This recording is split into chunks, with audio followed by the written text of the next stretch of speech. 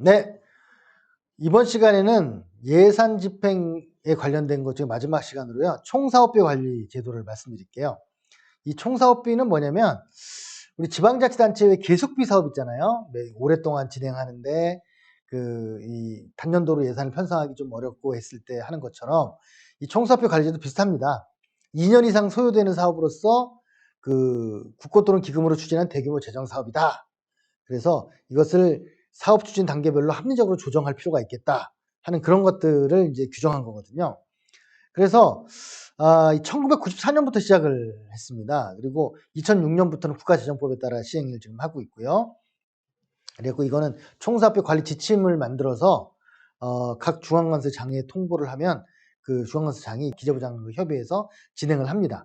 그런데 이 액수가 꽤 커요. 이 총사업비 관리 지침에 해당되는 사업이 거의 예산의 3분의 1 정도 된다고 보시면 됩니다. 그래서 아주 극히 일부의 사업은 아닙니다. 그래서 요건을 보면 2년 이상 사업으로 500억 이상이고, 그리고 국가의 재정 지원 규모가 300억 원 이상인 건설 사업, 정보 사업 이런 것들을 합니다. 그러면 거의 예비 타당성 조사에 해당되는 사업들하고 비슷하다고 보시면 됩니다. 그래서 지금 이걸 운영하는 그 현황은 아까도 말씀드렸지만 2020년도에는 거의 200조가 넘어서는 규모로 증가를 했습니다. 그래서 대규모 사업이 뭐냐 했을 때 그 규정을 국가지정법에서 두고 있어요. 계속 바뀌고 있긴 하지만 아까 말씀드린 대로 300억 이상 국고가 들어갔거나 연구개발 사업으로 200억 이상의 사업들 이런 것들 포함을 합니다. 그래서 2001년도에 693개 사업에 184조 원이었는데 2020년에 773개에 235조 원으로 증가를 했습니다. 전체의 반이 토목사업이라고 합니다. 토목사업이 대규모겠죠. 일반 토목사업이 아닌 것 중에 그렇게 큰 규모가 있기는 힘들 것이다 이렇게 봅니다. 그래서 지금 보면 2001년도에 전체가 604개 사업에 184조 원 정도였는데 그때 보면 토목사업이 176조예요. 99% 이상이라고 볼 수 있는데 2020년도에 가면 700개 사업에 235조인데 토목사업이 건수로 절반 정도 됩니다. 액수로는 205조 정도 되니까 여전히 액수는 많은데요. 건축사업이 이제 있고요. 300개 사업 정도에 23조 정도 있습니다. 정보화 사업도 9개 사업에 3조 정도, R&D도 29개 사업에 3조 정도 이렇게 있습니다. 점점점 이걸 보면 아직도 여전히 토목사업이 중심이긴 하지만 건축사업과 정보화 사업, R&D 사업도 점점 증가하고 있다. 그렇겠죠. 아무래도 사업의 규모가 커지고 있습니다. 총사업비도 마찬가지로 변경을 합니다. 중간에 액수가 변경되기도 하는데 이제 그런 액수가 보면 처음에 1조 단위였는데 2020년 가면 3조 4조 정도로 증가를 해요. 그러니까 아무래도 이제 처음에 계획했던 것보다 액수가 좀 달라질 수 있다는 거죠.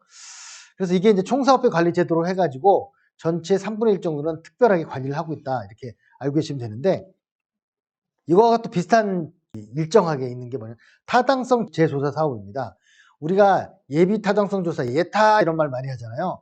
뭘 하려고 하는데 예타 때문에 안 되니 뭐니 이런 말 많이 하는데, 사실은 예비 타당성 조사 제도가 2004년에 생긴 이후에 많은 부침이 있었습니다. 그래서 아예 예외 사업으로도 많이 이명박 정부 때 만들기도 하고 또 문재인 정부도 마찬가지로 예외 사업을 많이 만들고 있어요.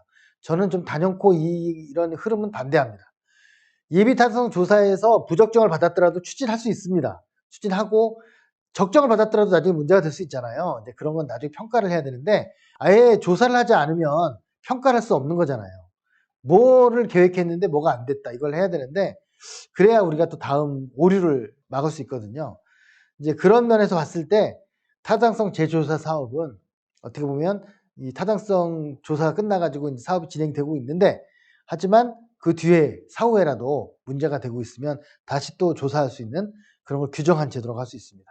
그래서 객관적으로 재조사한다. 그래서 불필요한 사업비 증액을 억제한다. 재정 통제를 강화한다가 주로 목적입니다.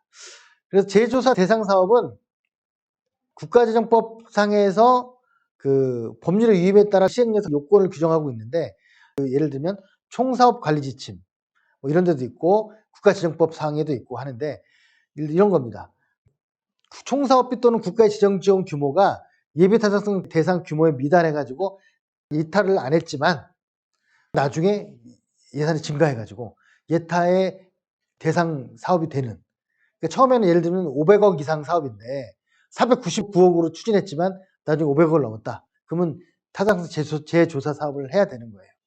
그 외에도 그 수요 예측이나 이런 것들이 대통령령으로 정하는 규모 이상으로 감소를 하거나 증가를 했거나 이런 것들도 재조사를 해야 되겠죠. 당연히 우리가 볼 때 상식적으로 해야 되는데? 라는 생각이 들 수 있겠죠. 그 외에도 예산 낭비 우려가 있는 사업들 이런 걸 재조사하게 되어 있습니다. 그런데 역시나 또 여기에도 예외를 두었어요. 이미 너무 많이 진행돼 가지고 매몰비용 때문에 그 좀 실익이 없는 거.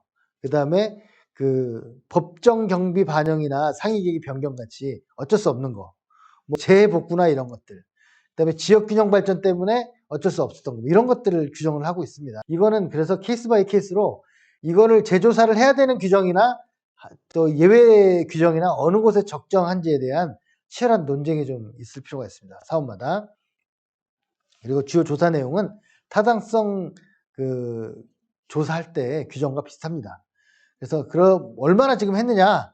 그러면 사업 수로로 보면 매년 10건이 되지 않습니다. 2020년도에 4건의 그 타당성 재조사를 했는데 그래도 규모는 1조 정도 됩니다. 점점점 줄고 있어요. 놀랍게도. 2015년에는 14건에 그 3조 정도 됐었는데 2020년에 4건에 1조니까요. 그래서 제가 볼 때는 원래 예비 타당성 조사라고 하는 거는 전 세계에서 우리나라밖에 없는 제도입니다.